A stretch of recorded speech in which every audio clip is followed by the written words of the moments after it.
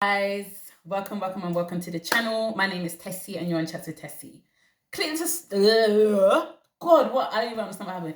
Click the subscribe button, grab yourself a glass of something nice, come and sit down with me and let's have a discussion. So I have Diet Coke, which is like really rare for me, but yeah, come and sit down and let's have a discussion. It's going to be interesting today.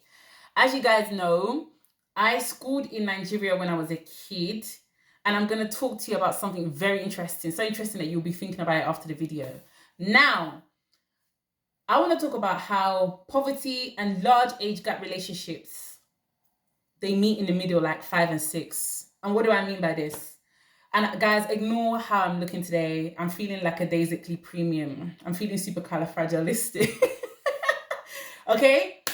So just ignore that. But what do I mean by poverty and large age gap relationships? I mean where the woman is below 30 and the man is at least 15 plus years older than her. So I'll give you an example. Imagine a girl who's 18 and the man is 40 trying to pursue her. Imagine a woman is 24 and a man is 48. That kind of thing.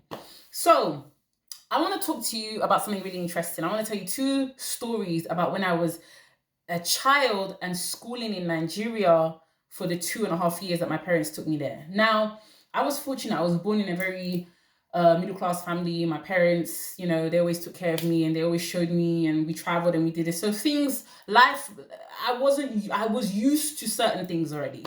But when I came to Nigeria, one thing I realized the most was that a lot of men really don't care how old you are. They don't care if you're in school uniform. They don't care if you're a child, if you're a teenager. As far as they've set their eyes on you, the predator in them is predating. It's predating, predator. So what do I mean by that? I mean, I can't tell you how many times I would go out to school in my school uniform and I would get guys who were visibly in their 30s and 20s approaching me going, "Little girl, come here. Are you single? Would you like to be in a relationship?" That kind of thing. And this happens all the time. A lot of women will tell you the same thing. This is almost an ordinary everyday thing in a lot of developing countries. Now, and it's sometimes even in the West too. Now, there was a woman that lived very close to where I lived. My mom had a massive house in Nigeria and we were very, very, very comfortable. But on the same street, there were people who weren't living that well. Now, there was one woman who I loved to bits. Her name was Mama Bidami. And she was really poor. She married at 14 and her husband was about 15 or 16 years older than her.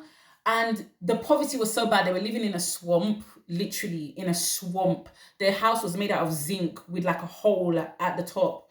And they had like wood reinforced, but because they were living in a swamp and the land wasn't even theirs, they were so poor they couldn't even afford to live on like their own land. They were squatting on someone else's land. This woman was so nice, but they suffered. I mean, suffered. They slept in the water. Even their beds, everything was in the water. Like even they slept on like a zinc thing. It was just horrible. They suffered so much. Even her kids, the poverty was generational. She passed down the generational poverty and with the large age gap, because obviously, unfortunately, this man did not have any kind of skills to take care of a family. He was driving Okada, which is literally hand to mouth in Nigeria. And this woman suffered and they had no medication for no education. Even the children she had, they ended up with learning difficulties. One of them couldn't even speak properly, couldn't even pronounce words, and both of them weren't going to school, so they were illiterate. They couldn't read or write. And unfortunately, she ended up having one more child, and because she kept sleeping in the swamp, she ended up bitten by mosquitoes over and over again and died of malaria parasite. Her and the child died. Now, me and my mum, at the time, it was just us in Nigeria, and we tried to do so much. We would give her food, we would help her with wood. But when we left Nigeria, she died soon afterwards, and I was absolutely devastated. But that woman, really, realistically, she never even had a chance. She got married so early with a large age gap with a man who couldn't produce anything. And this happens a lot. A lot of people in the West think that, oh, if a woman who's young is getting married to an older man, then they're in a sugar daddy relationship. There are tons of girls being being preyed upon, who are young, and the men that they're marrying are 25 years older than them, and this man cannot provide anything for a family, let alone even a single human being. And these girls are below 30. Some of them are 18, 19, 20, 21. I'll tell you another one. There was another girl. She was so sweet. Let's call her H. This girl was 18 years old and somehow, some way, got knocked up, impregnated, sweet-talked by a man in his 40s. In his 40s, who was married with kids. Can you imagine? She had no qualifications, no education. She ended up being disowned by her parents. And then this guy, of course, got kicked out by his wife, and they ended up in a boys' quarters, squatting in a forest in the middle of somewhere. It was so sad. Literally stole her whole life.